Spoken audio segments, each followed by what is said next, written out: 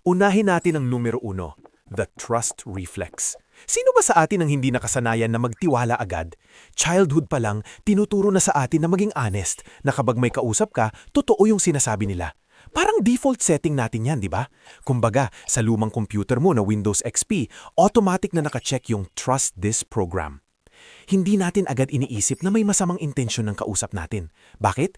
Kasi kung sa bawat interaction mo, magdududa ka agad, edi ang hilap ng buhay. Imagine, papasok ka sa sari-sari store, pagdududa ka pa yung tindera kung totoo ba yung sukli, ang bigat sa ulo nun.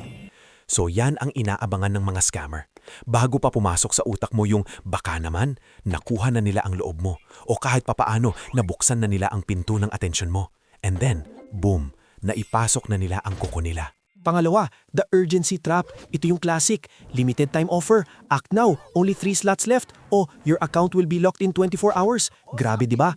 Ito yung tactic na halos lahat ng online selling page gumagamit. Pero kapag scammer ang gumamit, ibang level ng loka-loka. Biglang may timer sa screen, may countdown, o may text na galing daw sa bangko mo na kesyo pag di mo daw kinlik yung link, mapupunta sa kung saan ang pera mo. Ano ba yan? Ang purpose niyan ay i-hijack ang utak mo. Kasi kapag nagpapanik ka, hindi ka na nag-iisip ng malinaw. Parang ikaw na kulilat na sa Yahoo Messenger chat, tapos yung crush mo nag-offline na, mapapatype ka na lang bigla ng wait, kahit wala ka pang sasabihin. Yun ang power ng urgency. Walang basagan ng trip, pero sana may basagan ng trip ang mga scammers. Pangatlo, the authority effect. Ito naman yung tipong tumatawag sa iyo kunwari galing sa Office of the President o sa PNP Cybercrime Division. Puno ng jargon, may background noise pa kunwari busy sa opisina. May email na mukhang legit kasi may logo ng bangko mo, kaso yung email address nakakaloka. Bakit effective to? Kasi tayong mga Pilipino, malaki ang respeto natin sa awtoridad, di ba? Kapag may nagpakilalang pulis, abogado, o kahit manager lang sa isang sikat na kumpanya, automatic, may level of compliance tayo. Yung utak natin, iniisip agad, ay legit to, seryoso to, sundin na lang para walang gulo. Para kang nanonood ng Game of Thrones, iniisip mo na lang na susunod ka sa hari, kahit alam mong may bahid ng korupsyon. Ang lupit ng paggamit nila sa trust natin. Ika-4, emotional hijacking. Ito ang isa sa pinakamabisang sandata ng mga scammer. Pinaglalaruan nila ang emosyon natin mga Noypi. Takot, pag-asa, pagmamahal, o di kaya kasakiman. Naaalala nyo pa yung mga email nung araw na may nag-iwan daw sa'yo ng milyong-milyong mana sa Africa tapos kailangan mo lang mag-advance ng konti? O yung mga romance scam na biglang magsesend ng picture ng kung sinong model tapos kunwari in love sa'yo? Ang lalim ng hugot niyan. Kapag malakas ang emosyon mo, bumababa ang critical thinking mo. Yung pag-asa na yumaman ka overnight, yung takot na mawalan ng pera, o yung craving sa pagmamahal, lahat yan pwedeng i-exploit. Parang ka lang nanunood ng Breaking Bad, kahit alam mong mali yung ginagawa ni Walter White, kinakampihan mo pa rin kasi may logic sa likod ng emosyon niya. Solid. Panlima, cognitive dissonance.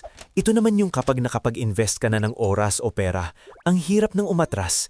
Iba yung feeling na pinaninindigan mo na lang kahit may kutob ka na. Halimbawa, nakapagpadala ka na ng unang processing fee sa scammer, tapos humingi ulit ng isa pa. Imbes na isipin mong, ay, teka, baka scam to. Mas iniisip mong, sayang naman yung una kong binayad kung hindi ko itutuloy. Diba? Parang yung feeling na binayaran mo na yung sine. Ang pangit ng pelikula, pero pinanood mo ta rin hanggang dulo kasi sayang yung ticket. Ang hirap kasing aminin sa sarili mo na nagkamali ka o na naloko ka. Masakit sa ego yun eh. Kaya imbis na mag-pull out, nagpapakakigas tayo, umaasa pa rin na baka sakali sa susunod totoo na.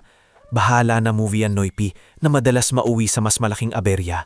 Ika-6, the halo of success. Nako, ito ang paborito ng mga online influencer na scammer. Di ba uso sa atin yung pagmayaman, matalino?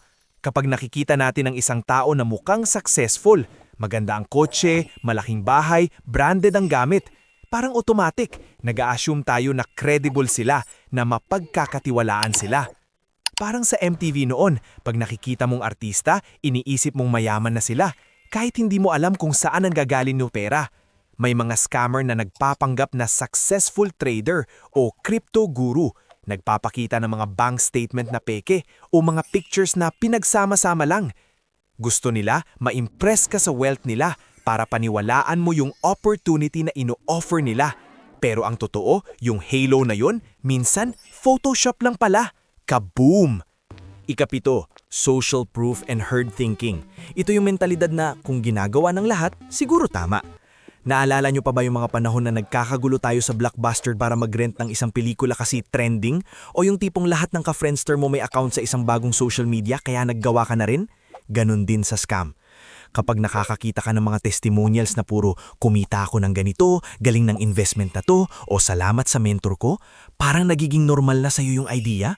Ang hirap kasing lumabas sa agos, diba? Ayaw nating mapag-iwanan. Kung mukhang maraming sumali at mukhang kumikita sila, bakit hindi ka rin sasali? Pero ang problema, ang mga proof na yan kadalasan bayad o peking accounts lang. Nakakaloka, no? Parang ang dali lang magpaka-VIP sa MySpace pero deep inside ikaw lang naman ang nag-edit ng sarili mong page. Ikawalo, information overload. Ngayon mga Noypi, sa dami ng notifications, email, social media feeds, balita, ads, ang hirap ng mag-filter. Parang sa dial-up tone pa lang ng internet, dami nang nagbablast sa utak mo. Ang utak natin napapagod din mag-analyze at magduda. Kumbaga, yung skeptic system natin nagre-reboot din. Kapag binumbahan ka ng maraming details, ng mabilisang conversation o ng sunod-sunod na links, ang tendency mo ay mag-shutdown.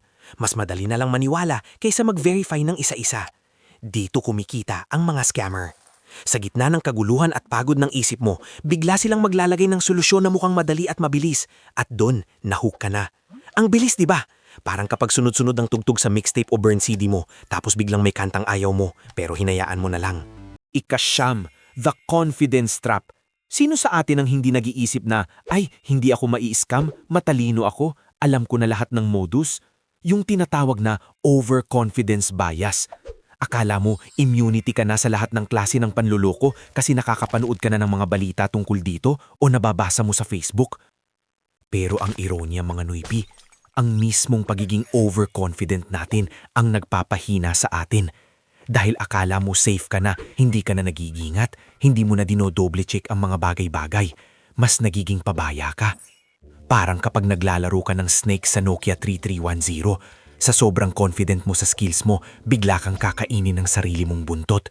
Boom! Dito natin kailangan ng konting humility. Huwag masyadong kampante kapatid. Panghuli pero hindi huli, ang ikasampo, the reinvention of scams. Hindi natutulog ang mga scammer mga Noypi. Parang virus nag-e-evolve sila.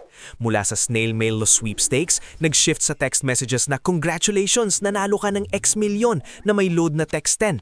Tapos nag-evolve sa email phishing na mukhang galing sa bangko mo. Ngayon, nasa social media na sila, sa mga investment app, sa crypto. Akala natin bagong panahon, bagong problema. Pero ang totoo, ang tactics, yung core psychology, pareho pa rin. Iba lang ang balat. Parang yung mga pelikula noon na may sequel, iba na ang cast at graphics, pero yung storya, pareho pa rin.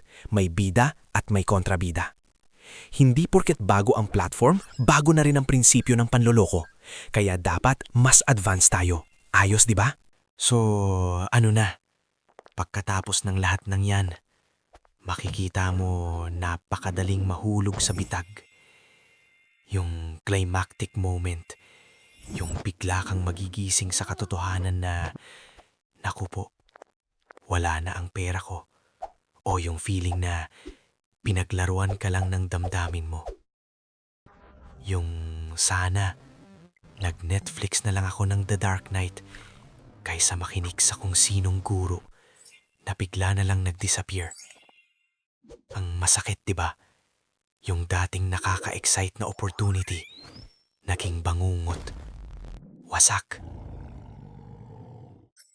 Pero teka, hindi naman natin kailangan maging paranoid sa lahat ng oras. Ang punto ng lahat ng ito, mga Noypi, ay hindi para matakot tayo sa mundo, kundi para mas maging mapanuri tayo, mas maging matalino sa pagdedesisyon. Matuto tayong magtanong, mag-verify, mag-research. Kapag may nakita kang masyadong maganda para maging totoo, malamang hindi totoo yan. Kung may nagmamadali sa'yo, i-slow down mo.